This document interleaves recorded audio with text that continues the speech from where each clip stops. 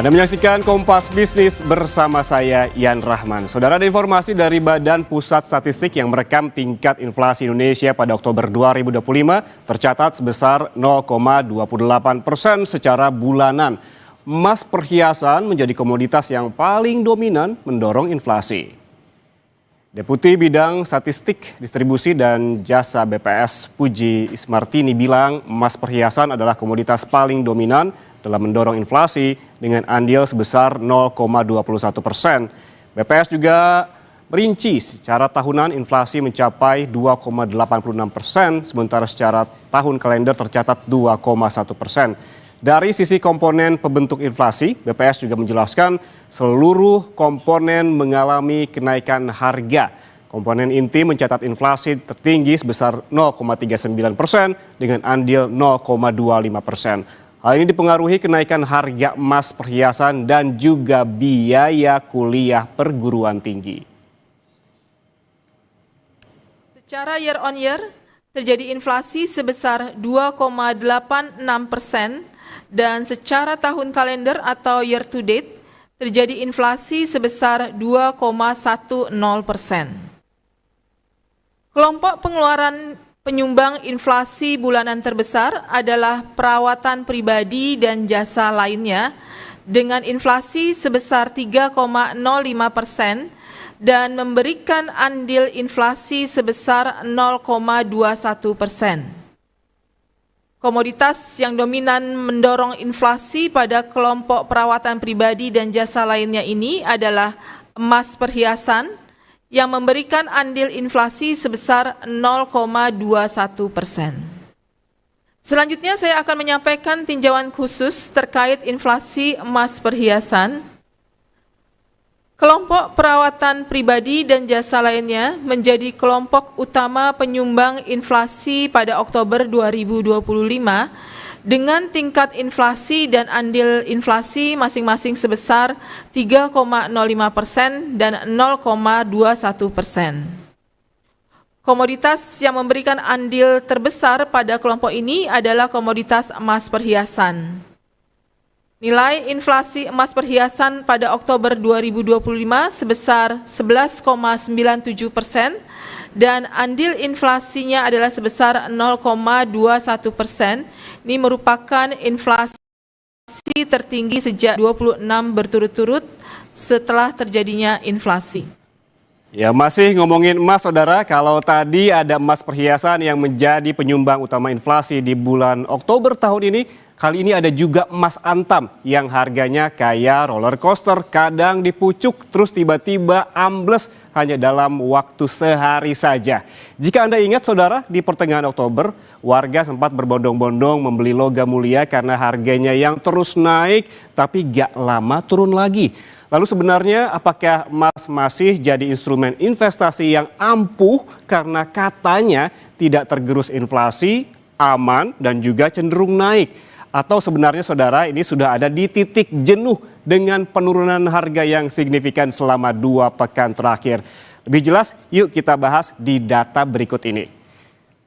Nah, kalau kita lihat pergerakan harga emas antam di tahun 2025, memang betul, saudara, logam mulia ini harganya naik turun. Namun tren kenaikannya terbilang tinggi. Tak tanggung-tanggung, dari Januari seharga Rp1.524.000 per gram, naik sekitar 26,7%, pada Mei dengan harga Rp1.932.000 per gramnya. Harga emas kemudian terpantau turun 2,3% pada Juni, kemudian juga naik tipis di bulan Agustus, yaitu senilai Rp1.901.000. Dan juga kemudian kenaikan yang paling signifikan terjadi dari Agustus ke Oktober. Di bulan Oktober ini terpantau harga emas sebesar Rp2.237.000 per gramnya. Kemudian naik lagi di bulan November ini Rp2.290.000 per gramnya. Namun, saudara, masa bulan madu emas tampaknya mulai berakhir karena setelah all time high berturut-turut justru kini harganya terus anjlok. Kita lihat data berikutnya untuk Anda. Nah, ini dia. Baru sehari setelah mencetak rekor harga tertinggi sepanjang masa pada 22 Oktober, emas justru turun sebesar 7%. Rally yang sebelumnya terjadi justru membuat investor emas gigit jari karena tren penurunan masih belum usai hingga 30 Oktober.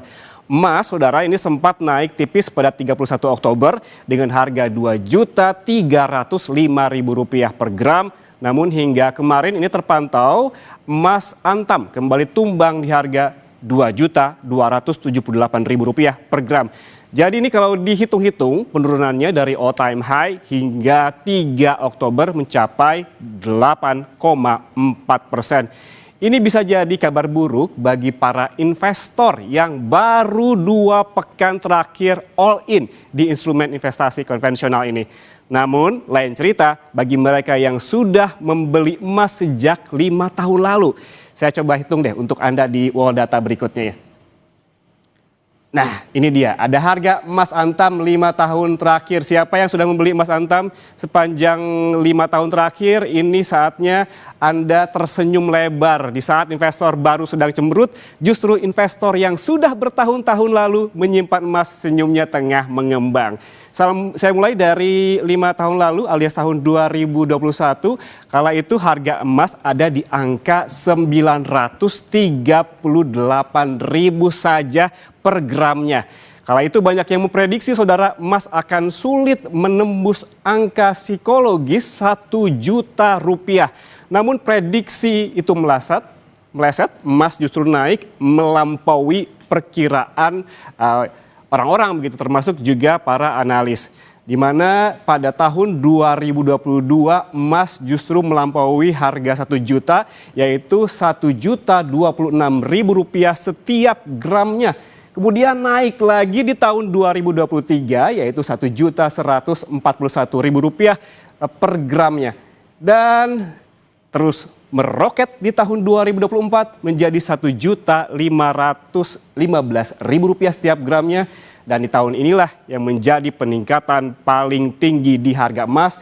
Di tahun 2025 emas mencapai Rp2.487.000 setiap gramnya. Dan kalau dihitung-hitung, saudara, jika Anda berinvestasi emas dari 5 tahun lalu, maka keuntungan yang didapatkan dari pembelian emas per gramnya itu sebesar 165%. Bukanlah angka yang sedikit begitu.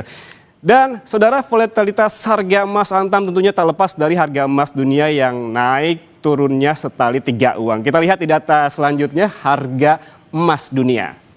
Nah, ini dia harga emas dunia 5 tahun terakhir ini mengalami kenaikan signifikan dipengaruhi beragam sentimen global. Mulai dari melemahnya nilai tukar dolar Amerika Serikat, adanya penawaran dan juga permintaan emas, hingga kebijakan moneter Amerika Serikat. Emas yang pada tahun 2021 seharga $1.808 Amerika Serikat per troy ounce naik menjadi $1.824 Amerika Serikat per troy ounce pada 2022. Naik lagi di tahun 2023 senilai $2.063 per troy ounce dan melesat lagi di tahun 2024 sebesar ataupun seharga $2.640 per troy ounce.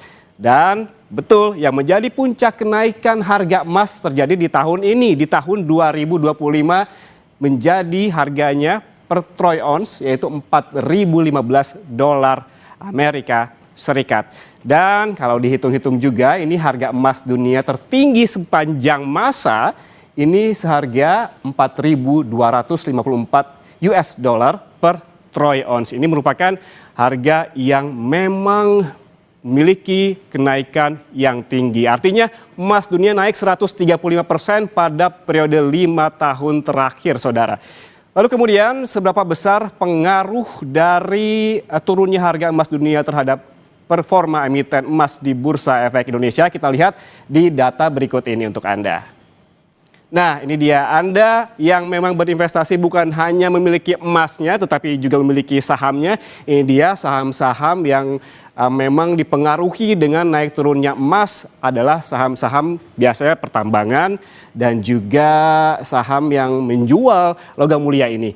Dari sejumlah emiten emas yang melantai di bursa saham, saya ambil 5 saham emas dengan performa uptrend. Yang pertama ada Arci Indonesia dengan kode saham Arci. Ini naiknya sangat tinggi, yaitu 395,90% dari awal tahun 2025 hingga paling tidak penutupan bursa kemarin.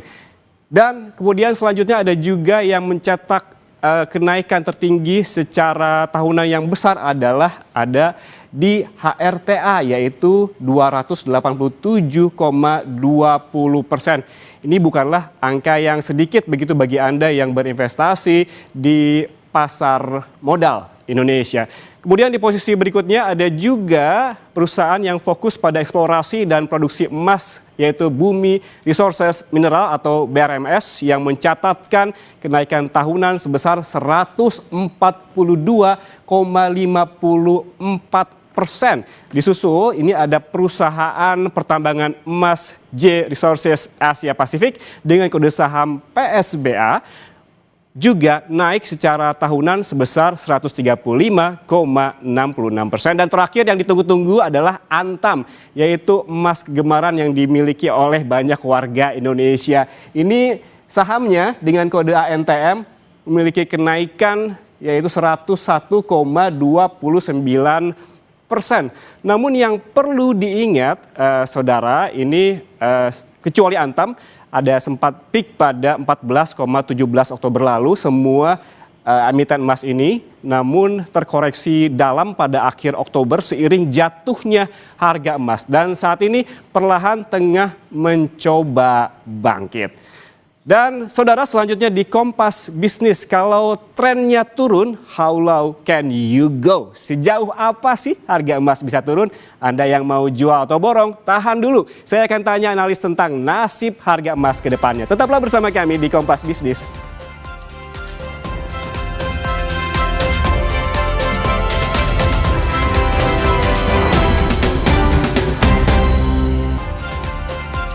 Saudara, lalu apa saja kemudian yang menjadi biang keladi di balik volatilitas harga emas yang tinggi dan seberapa besar ruang tumbuh logam mulia ke depannya? Kita langsung bahas bersama pengamat mata uang dan juga komoditas Ibrahim Aswaibi. Pak Ibrahim, selamat pagi.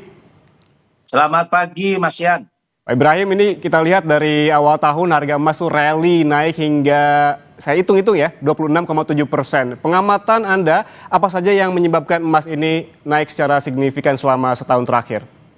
Ya, terima kasih Mas Yan. Saya melihat bahwa kenaikan harga emas dunia banyak didukung oleh beberapa faktor, terutama adalah faktor geopolitik, ya baik di Timur Tengah maupun di Eropa, terutama adalah invasi Rusia terhadap Ukraina, kemudian invasi Israel terhadap Palestina, terutama di jalur Gaza. Itu yang pertama. Kemudian yang kedua, ya tentang perpolitikan di Amerika. Ya saat itu Trump menginginkan agar Bank Sentral Amerika itu menurunkan suku bunga, tetapi berkali-kali Bank Sentral Amerika tidak menurunkan suku bunga, bahkan hanya mempertahankan suku bunga. Sehingga apa? Sehingga pada klimaknya Trump itu adalah memecat Tina Chok ya sebagai gubernur Bank Sentral Amerika, walaupun akhirnya Tina Chok melakukan banding di pengadilan federal dan dimenangkan.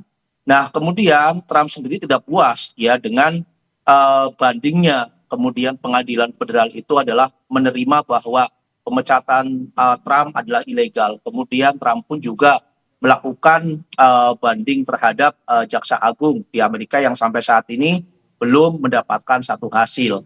Kemudian di sisi lain pun juga tentang spekulasi penurunan suku bunga. Spekulasi penurunan suku bunga bukan dilihat dari inflasi, tetapi dilihat dari tenaga kerja dan pengangguran yang cukup luar biasa. Tetapi saya lihat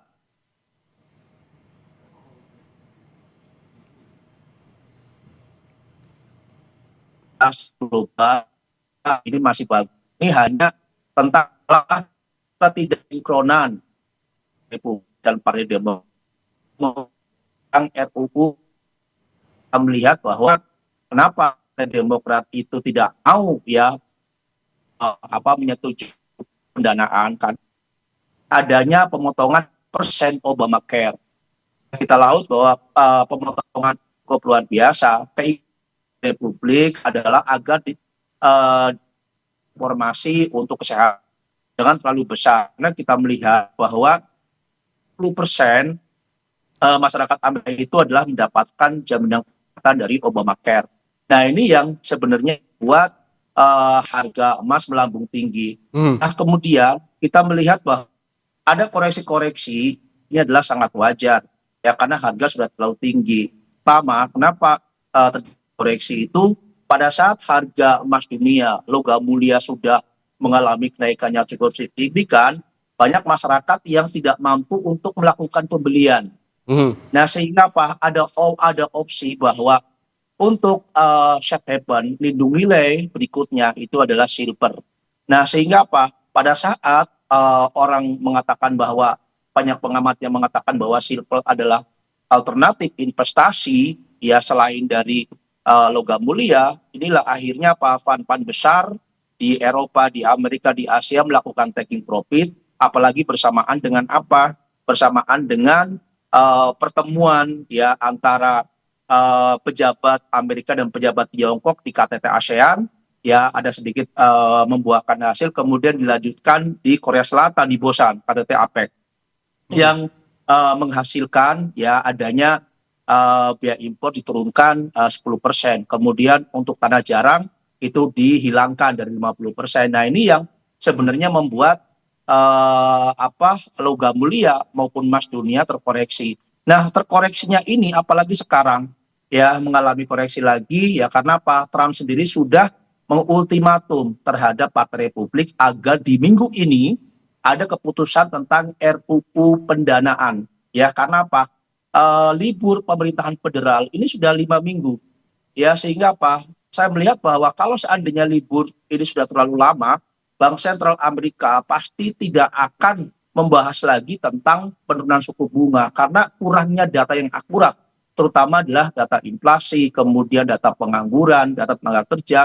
Ini yang paling penting walaupun saat ini secara kasat mata bahwa dengan liburnya pemerintahan federal ya ini membuat hutang ya pemerintahan itu semakin banyak, hampir 300 triliun US dollar. Ini terus ya karena apa? Gaji untuk militer itu harus dibayar. Kemudian subsidi untuk pertanian di Amerika pun juga harus dibayar sehingga harus meminjam ya utang dengan dana taktis. Nah, ini Mas Yan sebenarnya yang membuat harga emas dunia logam mulia terkoreksi. Tetapi kalau seandainya di minggu ini ada keputusan tentang RUU pendanaan, kemungkinan besar harga emas dunia maupun logam mulia akan kembali melejit naik. Pak Ibrahim, itu Mas. Anda sempat menyebutkan bahwa koreksi yang terjadi beberapa waktu terakhir ini wajar begitu. Namun kalau kita melihat begitu ya, harga emas sempat menyentuh all time high pada Oktober lalu, namun anjlok 7% hanya dalam waktu sehari begitu. Apakah secara historis fenomena semacam ini juga adalah hal yang wajar ataukah ini menjadi warning bagi para investor yang hendak menaruh uangnya di emas begitu? Mas Yan, jadi sangat wajar ya pada saat harga emas dunia kemudian logam mulia menaik cukup tajam, ini pasti koreksinya pun juga cukup tajam karena di sini ada namanya spekulasi. Ya, spekulasi ini bermain ya pada saat saya mau melakukan pembelian terhadap emas dunia misal di harga segini, kemudian langsung taking profitnya ada di harga tertinggi. Mereka sudah tahu. Nah, sehingga apa? Sehingga pada saat harga tertinggi kemudian sudah menyentuh harga tinggi, mereka akan melakukan taking profit. Nah, ini sangat yang wajar. Bisanya apa? Antara harga emas dunia dengan logam mulia itu dibatasin untuk pelemahannya, penurunannya. Misal, kalau di emas dunia itu tidak ada batasan karena ini adalah pasar global. Tetapi di logam mulia sendiri penurunannya dibatasin. Bisa saja 9.000, 10.000, 15.000, maksimal itulah 35.000. 35.000 itu kalau seandainya turunnya cukup tajam. Artinya apa? Kenapa Antam ya Pegadaian membuat satu ukuran-ukuran ya karena apa? Permintaan sampai saat ini cukup tinggi. Walaupun harga turun pun ya masyarakat masih antusias. Karena apa? Karena Trump sendiri memerintah Amerika sampai tahun 2028. Artinya apa? masih ada kesempatan sampai tahun 2028 untuk mendapatkan keuntungan. Tadi di awal Mas Yan mengatakan bahwa dari 5 tahun ke belakang sampai sekarang, masyarakat yang memiliki logam mulia atau emas perhiasan sudah untung luar biasa. Ya artinya apa? Kalau kita melihat bahwa investasi di logam mulia jangan jangka pendek. Jangan hari ini kemudian turun, kemudian mereka beli, besoknya jual. Harus jangka menengah, jangka panjang. Karena apa? Masyarakat saat ini pada saat daya beli masyarakat menurun, baik secara global maupun domestik, ini sebenarnya kesempatan terbaik. Misalnya data BPS merilis data inflasi itu adalah data terbesar, itu masuk adalah ke logam mulia maupun emas perhiasan. Itu Mas Yan. Oke, kesempatan terbaik, tapi secara sederhananya begini Pak Ibrahim, apakah saat ini merupakan waktu yang tepat untuk beli atau jual karena kita lihat grafiknya yang terus turun, atau justru harus sabar dulu, tahan dulu deh, jangan beli dulu, karena banyak sekali kan investor yang ketika salah langkah begitu, ketika grafik naik justru beli, ketika grafik turun justru jual gitu, yang ingin dapat profit justru sebaliknya jadi rugi. Ya, jadi gini Mas Yan, jadi pada saat nasabah ya masyarakat sudah mendapatkan untung yang istilahnya sudah untung per gramnya itu di atas 200.000 ya, itu bisa mereka jual. Nah, kesempatan pada saat harga turun inilah kesempatan untuk melakukan pembelian. Saya masih optimis bahwa harga emas dunia itu akan menyentuh di level 4.500. Saya masih optimis. Misalnya apa? Pada saat harga sekarang turun, ya ini masyarakat berbondong-bondong. Walaupun kita lihat di Pegadaian dan Antam, ini pun juga barangnya tidak ada sama sekali. Artinya apa? Bahwa turunnya harga logam mulia ya maupun emas perhiasan ini berdampak positif terhadap masyarakat. Karena masyarakat dari kemarin ya itu sudah menunggu. Kenapa ada informasi, ada spekulatif bahwa harga emas, harga logam mulia itu sudah terlalu tinggi, kemudian kita membeli silver. Ya, silver itu antara bumi dan langit harganya. 1 gram itu hanya 35.000. Sedangkan harga logam mulia itu di 2.400.000-an saat itu.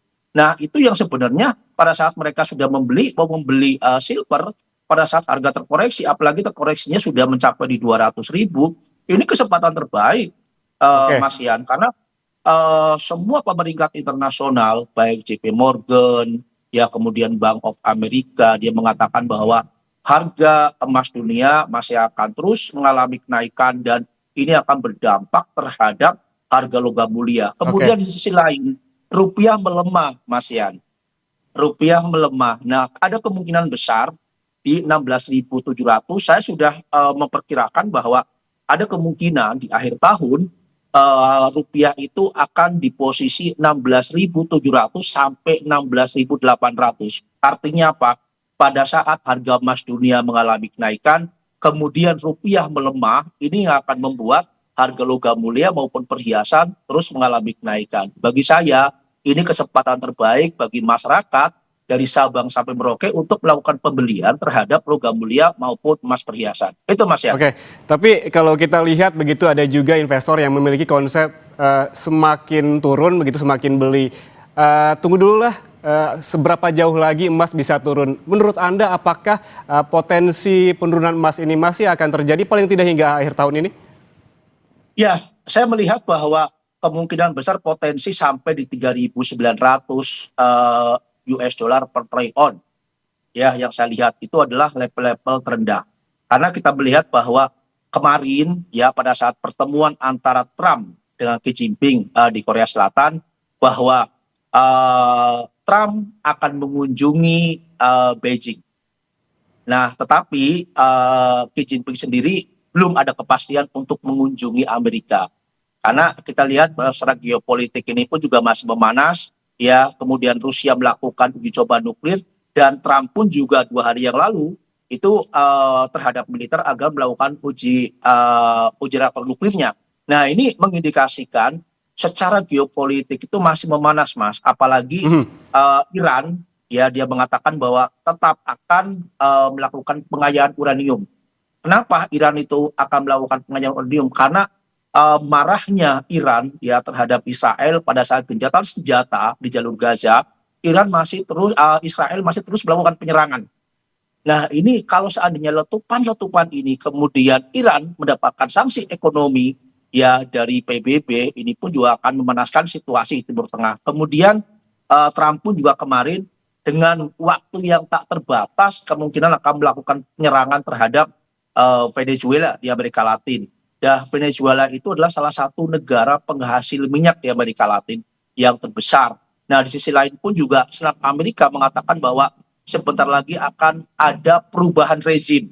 Nah, ini pun juga di Venezuela. Ini yang letupan-letupan geopolitik ini yang cukup menarik, dan kita juga harus diingat juga bisa saja di bulan November ini Jaksa Agung akan mengeluarkan ya tentang pemecatan Tina Cok. Kalau seandainya Jaksa Agung pemecatan Tina Cok oleh Trump ilegal, kemungkinan harga emas akan kembali naik. Pak Ibrahim, Mas ya. Pak Ibrahim terakhir Ya. singkat saja, ini juga jadi pertanyaan banyak orang, apakah masih ada kemungkinan emas turun di harga angka psikologis 2 juta?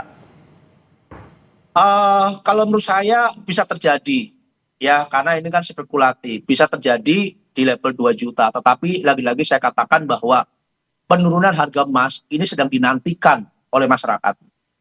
Ingat, masyarakat itu akan melakukan investasi jangka menengah, jangka panjang. Mungkin kemarin sudah mendapatkan keuntungan, kemudian sebentar lagi memasuki Lebaran di bulan Maret. Ya, ini kesempatan bagi masyarakat. Kalau seandainya sudah menyentuh di level 2 juta, ya bisa saja di situ akan ramai-ramai untuk melakukan pembelian. Barang pasti tidak ada, tetapi ada bullion bank di sini yang bisa dijadikan tempat untuk melakukan investasi. Itu Mas Yan. Oke, segala kemungkinan bisa saja terjadi, bisa naik dan juga bisa turun, dan juga sentimen global juga sangat berpengaruh di sini. Terima kasih pengamat mata uang dan juga komoditas Ibrahim Aswabi atas waktunya bersama kami di Kompas Bisnis. Sehat selalu. Terima kasih Mas Yan. Sama.